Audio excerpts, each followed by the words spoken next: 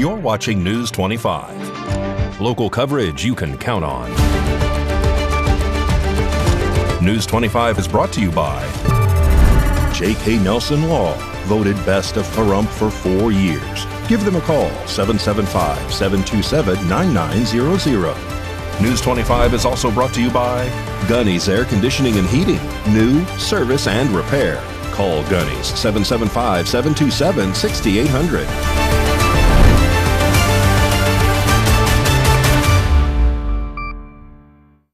Hello and welcome to this edition of News 25. I'm Unette Gentry. Thanks for joining us on Ace Country Radio, and we're also streaming at KPVM.TV. We're also on your Roku devices. It is Tuesday, January 20th, the first day of the spring semester. And in our top story, a man rolls over in his vehicle on Highway 372, but then admitted to investigators that alcohol and marijuana may have caused that crash. Haley Grabby was the first one on scene and now has our daily arrest report.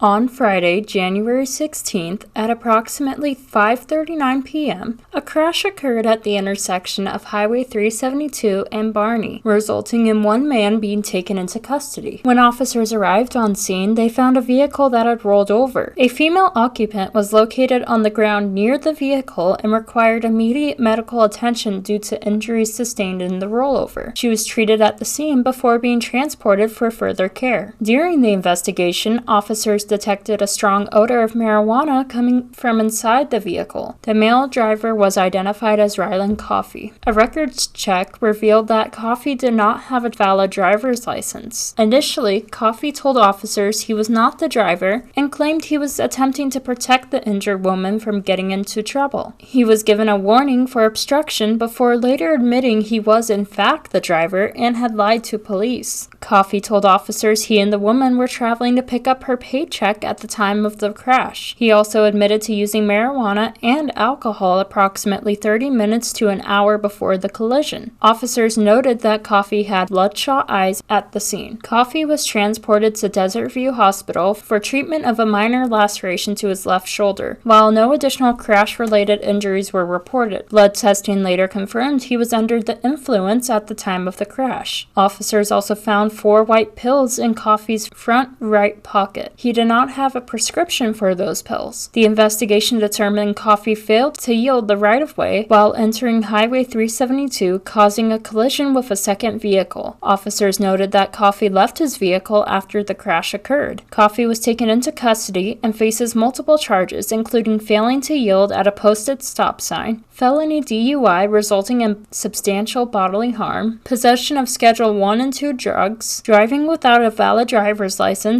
and making false statements to police to obstruct a public officer. And burglary and heroin charges are just part of the story in today's other daily arrest report. The suspect also has a history. Samantha Roberts has more. On Friday, January 16th, dispatch received a report of a white adult male attempting to gain entry into a residence. The reporting party confronted the individual, who allegedly responded, "You can go ahead and call the cops." Arriving deputies located a male standing on the front porch, later identified as Michael Mulkey. Mulkey walked toward a patrol vehicle and allegedly became argumentative with deputies, claiming the individual they were looking for had ridden off on a scooter. The reporting party, who was standing in their front yard, positively identified Mulkey as the same individual they observed attempting to break into a neighboring residence. While speaking with Mulkey, deputies canvassed the surrounding area and located a clear plastic bag containing a black substance. The substance was field tested and returned a presumptive positive for heroin. Deputies also located a burnt piece of aluminum foil commonly used for ingesting heroin. Mulkey denied ownership of the drugs. During a search, deputies located several mounted U.S. currency and coin collections in Mulkey's possession. Mulkey claimed he was a collector. However, deputies noted this claim was inconsistent with his homeless status and his extensive history of burglary-related offenses. Deputies observed what appeared to be a kicked-in garage door on the property, along with an open door leading into the main residence. According to the report, The garage contained numerous personal belongings and appeared ransacked, with several boxes opened and items scattered throughout. Based on the eyewitness identification, Mulkey's presence at the scene, his prior burglary history at the same location, possession of suspected stolen property, and visible property damage, deputies determined there was sufficient probable cause to make an arrest. Michael Mulkey was transported to the Nye County Detention Center, where he was booked on charges of burglary of a structure, possession of a controlled substance less than 14 grams, and possession of drug paraphernalia. And the Silver State is exploring ways to limit dependency on California for transportation fuels. The first meeting of the Nevada Fuel Resilience Committee took place last week to help wean off fuel that comes from out of state. Chris Palermo reports.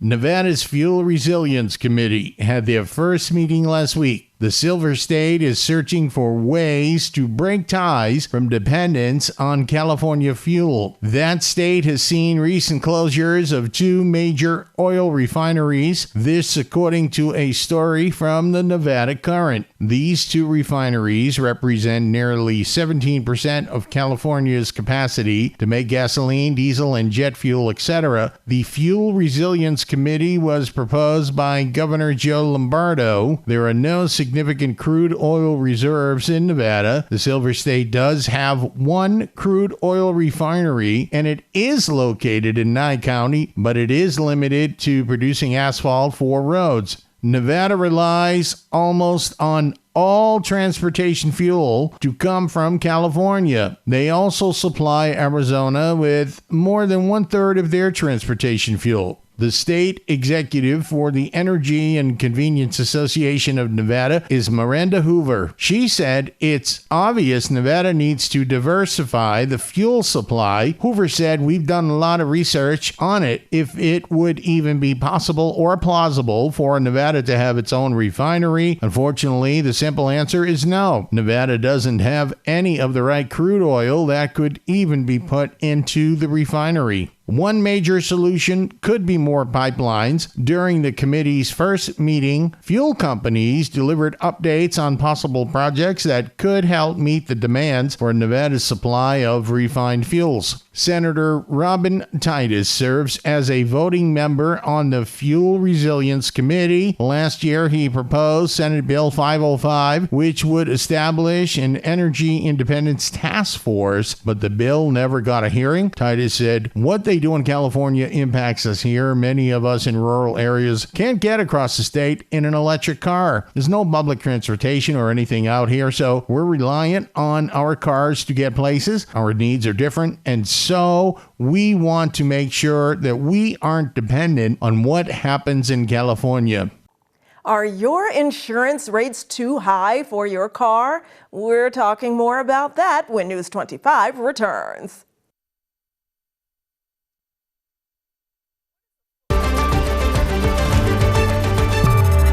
You're watching News 25. Local coverage you can count on.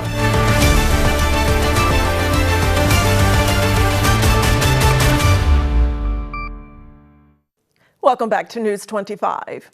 Well, January tends to be a busy month for car buyers, but here in Nevada, high insurance rates are unfortunately making it more and more expensive to drive off the lot.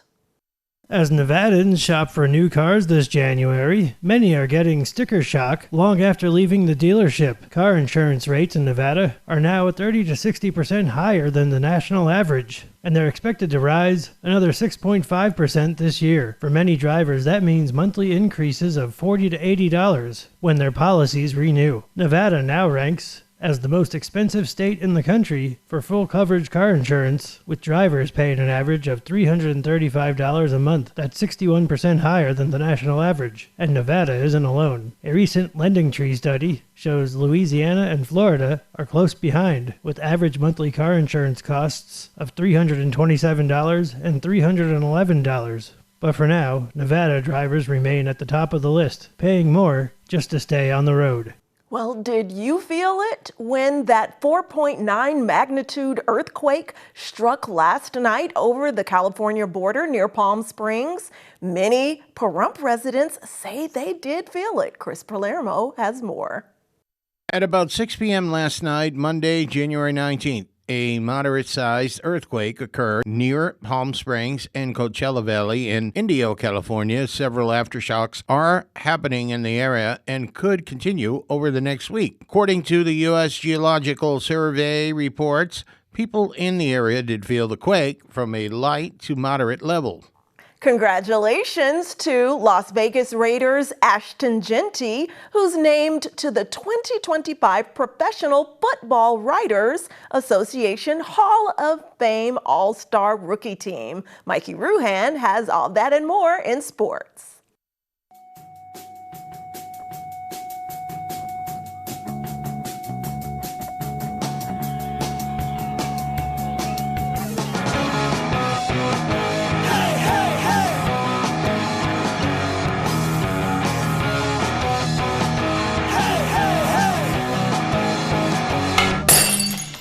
Time now for your News 25 look at sports and streaming at KPVM.TV and now on Roku devices.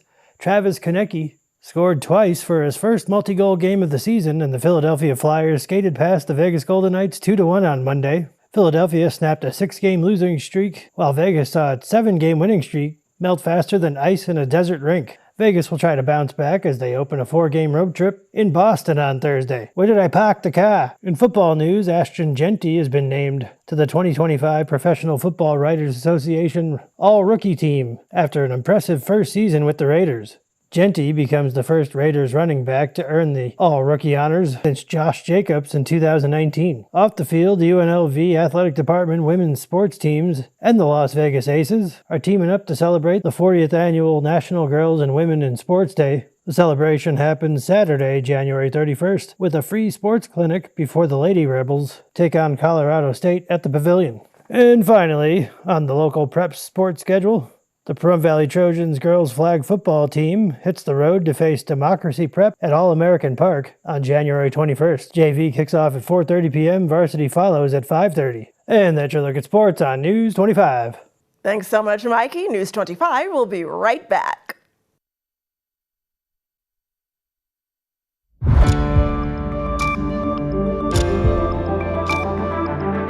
You're watching News 25. Local coverage you can count on. News 25 is brought to you by Mountain West Lawyer, Injury Attorneys, 727-9500.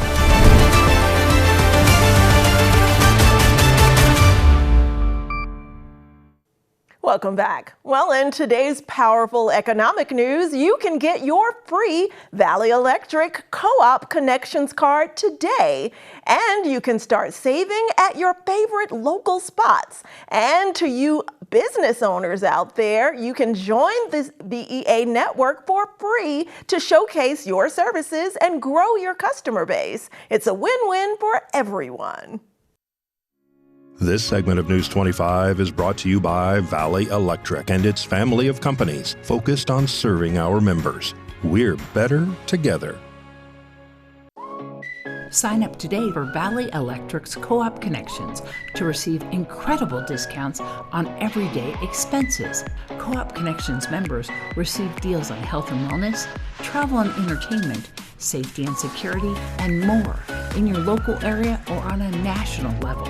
You can search for discounts on restaurants, concerts, show and movie tickets, theme parks, events and attractions, sporting events, dental, medical, insurance, rental cars, hotels, airline flights, travel packages, and so much more. Look for discounts in your area or across the United States. The Touchstone Energy Cooperative is a national network across 45 states, so make sure to share this good news with your friends and family across the U.S. so they can sign up and reap the benefits of Co-op Connections. Business owners sign up for free to offer discounts to grow your customer base, help the community, and increase your profits. Visit VEA Co-op Connections online to activate your account and go live on our site today. Members can use the mobile app to search for deals on the go. For more information, go to vea.coop.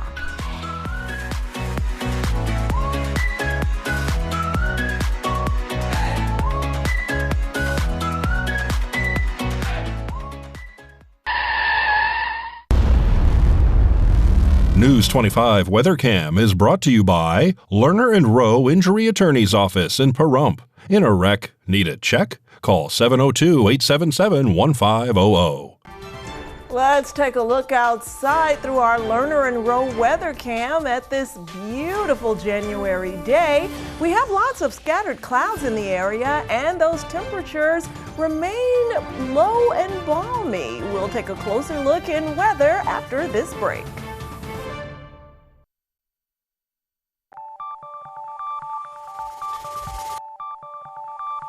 Weather is sponsored by the Nevada Dairy Farmers and the Dairy Council of Nevada, sharing the love of all things dairy. Celebrate the best moments with milk. Milk the moment. And the weather is also brought to you by the Ponderosa Dairy, Nevada's largest dairy, fresh from our farm to your table.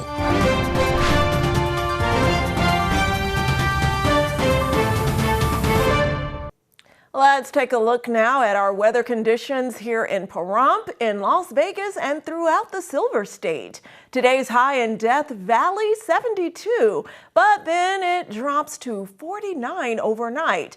In Las Vegas, it remained chilly today with a high of only 64. Then we're dropping back down to just below 50 overnight. Amargosa tops out at 67, then drops 30 degrees. Beatty's high 64, Goldfield 52. Tonopah, Carson City, Fallon, and Fernley reach highs of only 50 today, then drop down to the 20s overnight. Now, here in Pahrump, it's currently 57 degrees. The high was only 65 today with winds out of the east-southeast at 3 miles per hour. Humidity was 27%. Sunrise was at 6:52 a.m. And tonight, we can expect a low to dip down to 36 with winds out of the east-northeast at 3 miles per hour. Humidity increases to 47%, and sunset was at 4:57 p.m. today. Let's look ahead now to our 7-day forecast, and the clouds are rolling in midweek, and that brings an increase for chances of rain. Humidity increases to 40% on Wednesday and even jumps a bit to 60% by Friday, with highs in the mid to low 60s and the lows overnight in the upper 30s and low 40s. But for the weekend, the sun is going to come back out a bit, but those temperatures will remain low, dipping into the low 60s and even the upper 50s by the end of our weekend. Monday remains partly cloudy, but those temperatures increase back up a bit a week from now, back into the low 60s to mid 60s by Tuesday, with lows remaining in the mid 30s and low 40s. So don't put those jackets and sweaters away just yet. We're still in the thick of winter weather. That does it for this edition of News 25. I'm Unette Gentry, and from all of us here at KPVM and A's Country Radio, thanks so much for tuning in, and we'll see you on the air next newscast. Good night.